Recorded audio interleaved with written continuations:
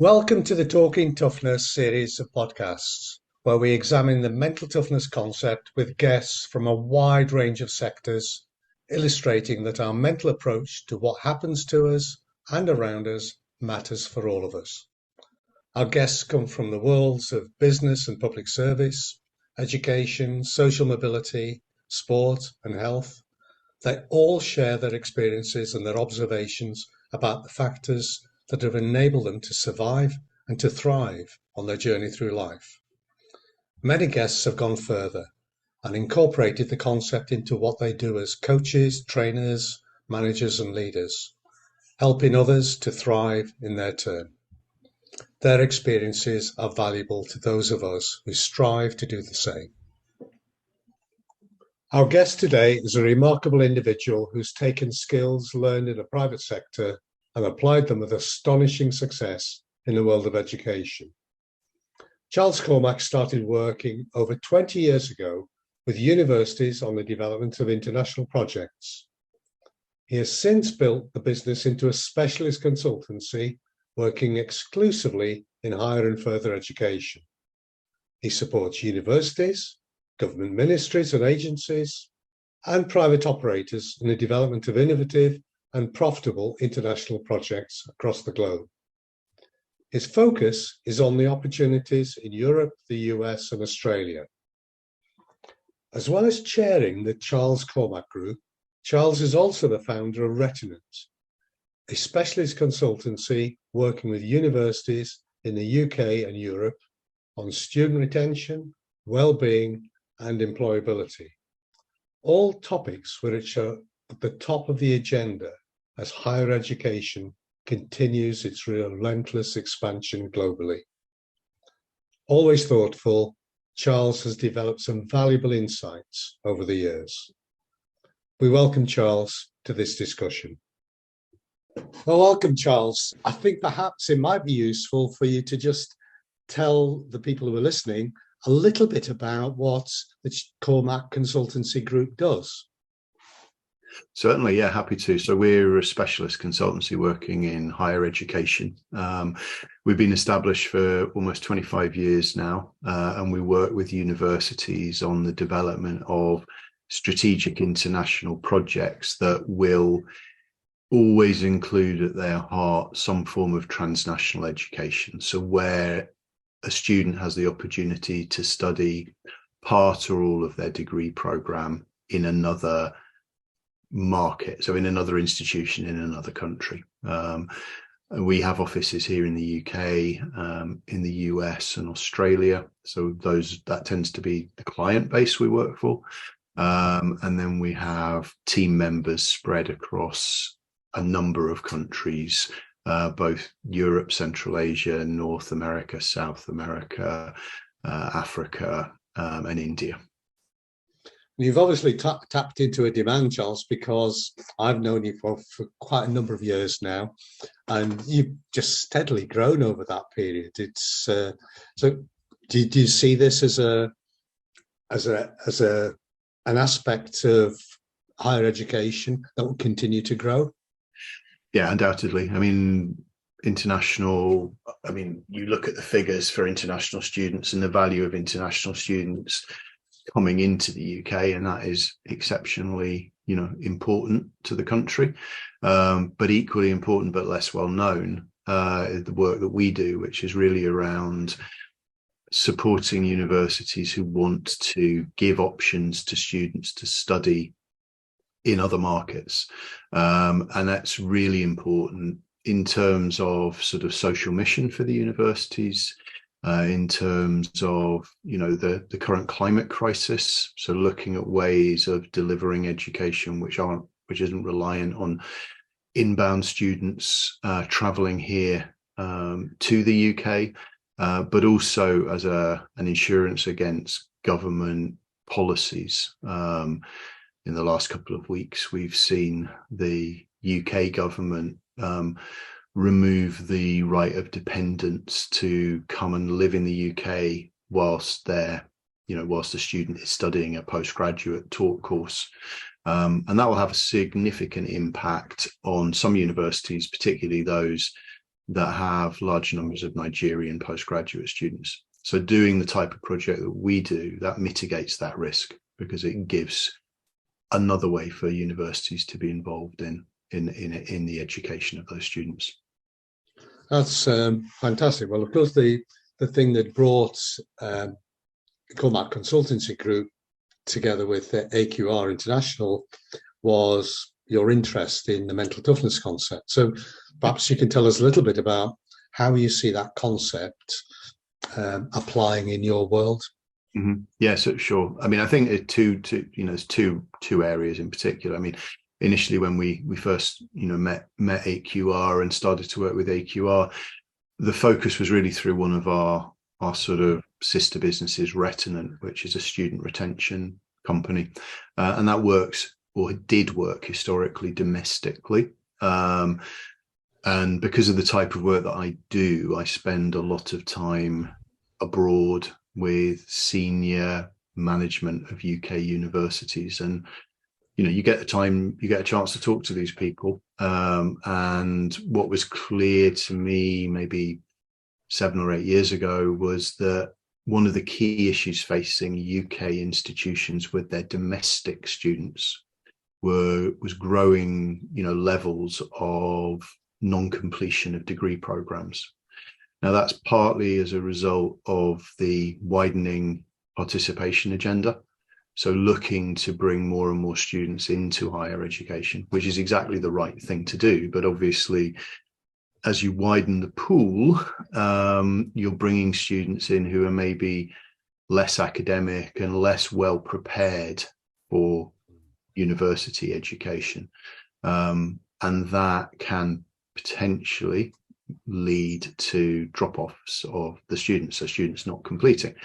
So universities have been wrestling with this for a number of years, and they were using a perfectly logical way of trying to identify students who are going to fail, but it was really around data analysis. They were looking at the postcodes that the students came from. They were looking at whether they were the first in family to go to university. So they were looking at that type of data, and then extrapolating from that to highlight the students that they felt wouldn't complete. To me, that seemed a bit of a strange way of going about it when there were academically rigorous and referenced tools that allowed them to actually understand the student as an individual. And that's really where our relationship developed, was using the MTQ test for universities to say, look, run this with students. It will show you those who have resilience issues. And the great thing about resilience, as we all know, is that you can impact it. So by running suitable interventions, you're going to be able to strengthen the resilience of the student. And that is good for employability. That is good for keeping the students on campus, etc. And so, so we've been working with MTQ for a number of years, and we've had some pretty, spectacular results with problem cohorts of students. So, particular areas, academic areas, will tend to have worse completion rates. And we work with one university, for example, in the Northwest, and we were managed to, through using MTQ, cut their retention by, or cut their drop-off rate by 50%. So, we think it's a really valuable tool. And then going forward, we're now really interested in using it as part of the arsenal that a university has when dealing with international students. We've started to use MTQ internationally anyway. We're running a number of programs, for example, in Croatia at the moment, that are funded programs to look at the resilience of students going into what are in effect universities of applied sciences. So a bit like our colleges of further education, but offering a higher component of higher education within the mix. And we're developing at the moment a service for the universities that we work with around global student success. And global student success will have a number of components, but one of those components will be the MTQ test. Fantastic. And I think we can echo some of that from our experience. I think we've noted a surge in interest globally from universities who are interested partly in student retention, but also increasingly in student well-being, because the two are linked, obviously. But the biggest surge probably is around employability, because I think universities recognise that at the end of the day, somebody will spend a lot of money and a lot of time on a course, and they expect to somehow that they will benefit from that. And usually they're looking for, an enhancement in their career. So again, mental toughness can contribute. Well, I think what you've described, Charles, is fascinating, because although you're the specialists in the world of education, we're not. We work all over, the whole spectrum of types of organisations. And what you're talking about also applies in the world of work. It's exactly the same issues. It's, if you talk to employers, they're talking about how staff retention, it's a big issue now. Post-COVID and with Gen 7, they need to understand their employees or the people that are coming into their workplaces. And again, exactly the same thing that you've spoken about is understanding every person as an individual. And I'm not sure that you've seen a piece of research just come out of Oxford University. They looked at 143 wellbeing programs in the UK, covering roughly 28,000 employees. And the interesting thing was, they found that not one worked. And they found that some actually appeared to do more harm than good. And the two factors that emerged was, although these were individualized programs, in other words, somebody would be told, you're going on this program because it's for your benefit, they weren't customized. So they weren't taking into account the individual. And of course, as you've just described, the mental toughness concept provides that information to the user. But the other is interesting, and this is something, I know I'm rambling a bit, but it is coming down to a question. One of the things that they've observed is that organizations tend to send or do things to their staff, tell them to go on the resilience program, but then don't do anything themselves. So I guess my question to you is, are you finding that you're able to go back to universities and say, look, if you restructured the way you worked, you would actually minimize some of the problems as well? So it's a long question.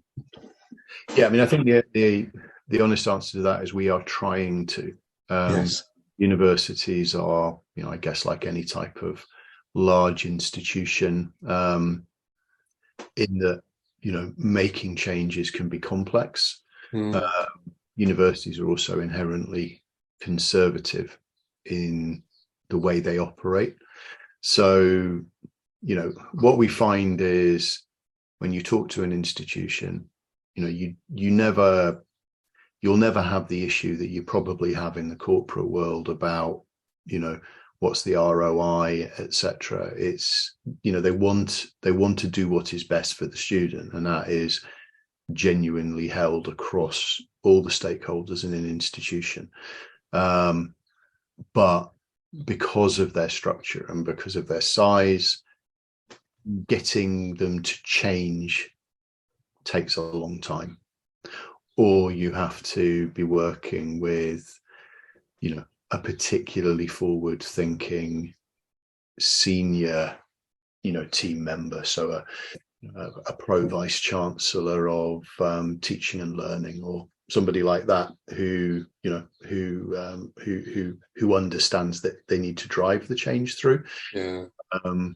But when we work with an institution, what we're trying to do initially is to really audit the good practice that they've got already, work out because they all have good practice, but it can be sometimes fairly dispersed across the institution and in silos, and people don't, in one faculty won't understand what another faculty is doing. So first sort of job is to try and see where they are. And the second job is to put in the interventions, or get them to put in the interventions that will be needed to support the students in terms of, tests or mental well-being, or, for international students, ongoing access to English language support, or access to sort of STEM type tutoring, because it's not just with international students, it happens here in the UK, but increasingly students are arriving ill prepared for engineering courses, etc., because the level of maths teaching is not the same level as it was. So they're not coming with some of the fundamental skills. So you have to work out what interventions they need to put in place, and then then you've got to sort of push and rely on them to actually do the follow-ups, and that's that can be where the problems lie. Absolutely, but I mean that also mirrors our experience. It's not so long ago somebody said, if it ain't broke, don't fix it. But there's a downside to that. It's if you think it's not broken, but there's always things that you can mend, always things that can improve. And I think that what you're suggesting is that we've got here an approach and a tool that can help you to kind of probe some of the things that aren't easily seen. We often talk about making the invisible visible. I remember when we first started working with you, and my eldest daughter, who was then 16 or something like that, she did one of the MTQs, and it highlighted things about her or that she was very well aware of, but even I as a parent wasn't as aware of. And I think that's the power of it, if it's but I think the danger is if the institution or the company that's using it isn't then equipped or able to do something with that information, then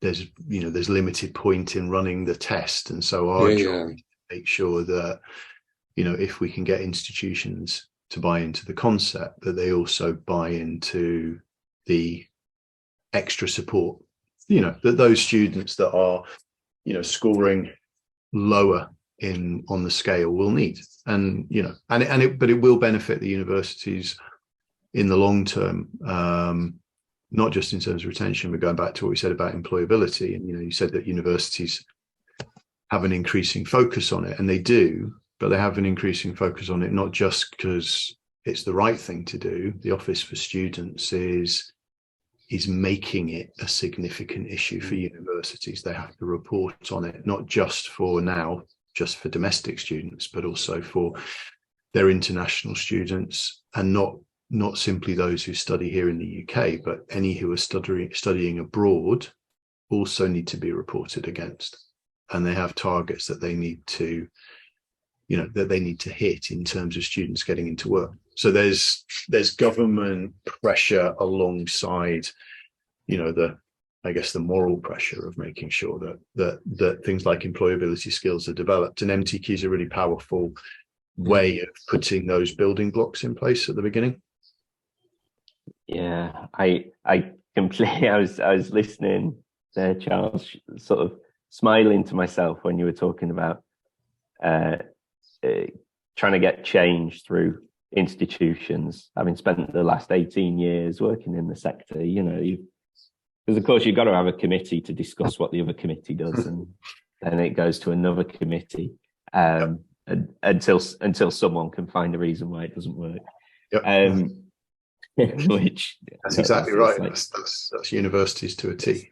Yeah, like herding cats. But I think it's so interesting to me that you mentioned in the corporate world the argument is often this kind of return on investment, and it is strange that that's often overlooked in universities, because we have research. I remember doing a paper that was led by Helen St. Clair Thompson. I think it was a 2014 paper, but we were looking at the impact that mental toughness had on retention.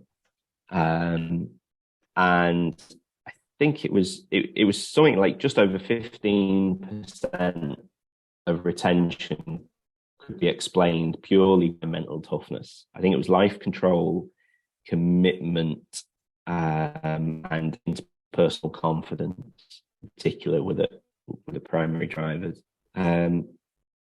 So it is strange that that you think essentially you've got a tool here that can show a clear improvement in retention, yet I suppose the structure of these big organizations doesn't help.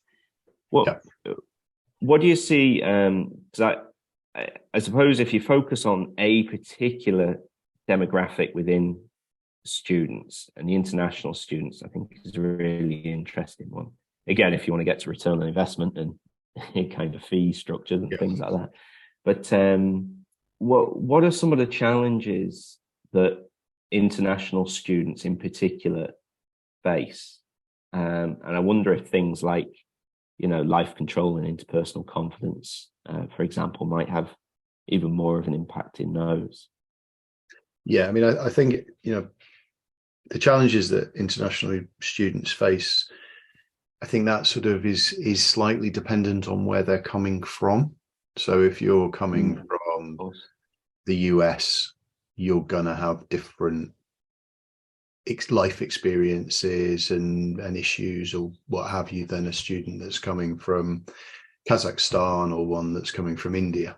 So I think there's I think they face cultural challenges from some countries.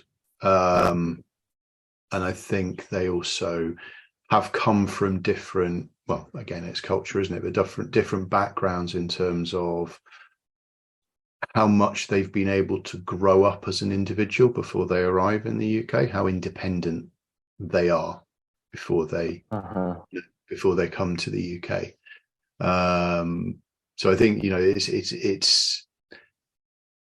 it's difficult to put them all in one basket, which is what, we try not to do that. But what we try and say is that there are commonalities that you can, that do affect all the students or could affect all the students. Mental toughness being one, but, mental health and well-being at a more general level, going back, to those English language skills, well, that isn't going to affect an American student, but it might well affect a student coming from India, and you need to give them the confidence.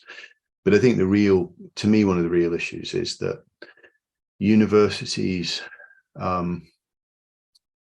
this is a generalization, and there are some very notable exceptions to this rule. But there is a danger that universities look at their international students as a bit of a cash cow. They're paying almost double, in many cases, what the domestic student is paying. And they work exceptionally hard to get them. They have big international departments, they have huge agent networks, they pay relatively significant amounts of commission to those agents to get the students to the UK.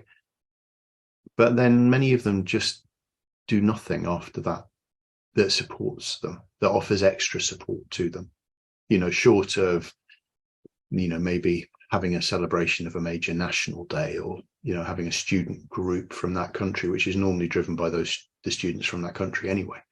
And I've always, if you look at if you looked at universities from a commercial perspective, and each of these individuals that's going to come to your institution to get their education and is going to spend, at undergraduate level, 60, 70, 80,000 pounds with you. And you're not going to try and make sure they have a good experience. I mean, I come, my background before I got into this work was working in the hospitality sector, running hotels. And to me, it's just bizarre. If somebody's coming and paying a lot of money, then you do what you can to look after them and make sure they have a an enjoyable stay and that they come back, in the hospitality sector, but surely in the higher education sector, when these students are so important to the survival in some cases of your institution, you should be doing more to make sure they have a great experience and that they complete their course. Yeah, it's funny, not not necessarily speaking of my current institution, but in experience in a sort of course director position, it's incredible sometimes how little information you go off when you make an offer to a student. So this would probably shock some people, but there'll be a lot of universities where you literally have just a completed form of what qualifications and experience someone's got, essentially like a CV or a resume. And maybe if you're lucky, a couple of lines as to why they want to do the course. Sometimes not even that. It is literally, here's a person, and all I know about them is their qualifications. And I'm going to make a judgment as to whether I think they're going to be successful on a program.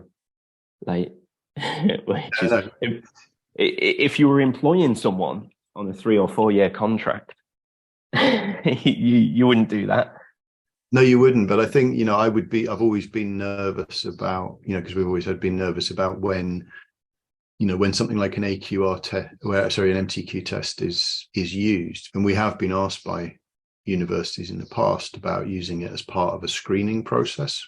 And I don't think that's right, because I think, the whole point about mental resilience, mental toughness is that you can impact it. You can make people more resilient. And surely that's the job of a university as much as anything else. So I think that, that when you make that decision about when that student comes, it shouldn't be contingent on something like MTQ, but you should be running MTQ so that you know what you need to do as an institution to support that. What supports are required, absolutely. Because again, like inductions tend to be, there's a tour of the campus and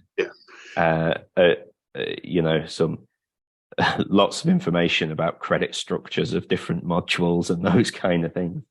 But yeah, very little. Have you come across anywhere where actually at that kind of onboarding stage, there's some sort of screening of someone's, I suppose, mental preparedness or existing well-being? I mean, so the institutions that we work with, we tend to say to them to run the screening 3 to 4 weeks after the start of the term, because you want to get freshers out of the way. Because if they get too involved in freshers, then they're not going to be taking any tests that make any sense for the first couple of weeks. And also getting over that initial shock of being away from home if you're a UK student, or being away from your home country if you're an international student. So you get into some form of equilibrium, and that's when that's when we suggest to institutions that they run the tests, because you're going to get a clearer picture of where the student is. But in terms of screening prior, no, not that I'm aware of. Yeah, that's great. Yeah, thanks for that, Charles. It's given me a lot of food for thought as a course director of a master's degree where probably 40% of my students are overseas. It gives me something to think about. The sector's gone through a real change over the last few years in terms of their international student base. Pre-COVID, most universities in the UK had significant numbers of Chinese students, and Chinese students operate in a particular manner as students. And, you'll have taught them, exactly what I mean by that, in the way that they're self-contained, they stick within their cultural friendship groups. And post-COVID, that for the vast majority of the non-Russell Group universities here in the UK, that tap's been turned off. Chinese students simply aren't coming, and they've been replaced by Indian students. And we've heard through what, the work we do, that actually it would be really useful for the staff to also get some cultural training around how to deal with different nationalities, because they're simply not used to the way that, Indian or Nigerian students at large numbers behave and interact, because they're so used to dealing with Chinese students.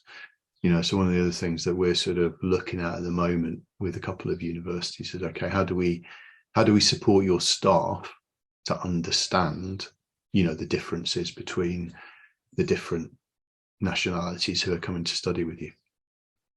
Yeah, it's really interesting. It gets me thinking. So we're still ongoing with a cross-cultural study on mental toughness, but the fact that the work from Helen St. Clair Thompson always finds one of the factors that predicts retention and achievement of students is interpersonal confidence, and life control. And that sort of combination suggests you've got someone who scores high in both would be proactive in seeking support, and they would have that kind of confidence to be able to say to someone, I need this, rather than, could be if it was a course registration, some sort of administrative thing, if it was a housing issue, if it was a financial issue.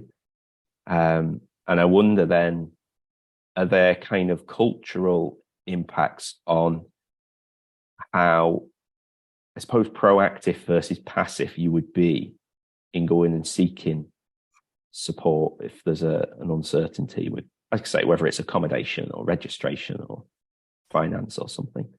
I'm sure there is. I mean, I wouldn't be able to, give you chapter and verse on what it is, but it's logical to me that, if we have that within the UK student base, where you've got students who, are very confident and very happy to go and, quite rightly bang on the table until they get things sorted out that they need sorting out. But you've got, I saw it again with my other daughter who, she's quite badly dyslexic, but pretty confident. And when her learning support plan, which she'd been promised, wasn't put in place, she was there basically demanding it was put in place. And actually wrote to the vice chancellor about it at her university, who saw her the next day and made it happen.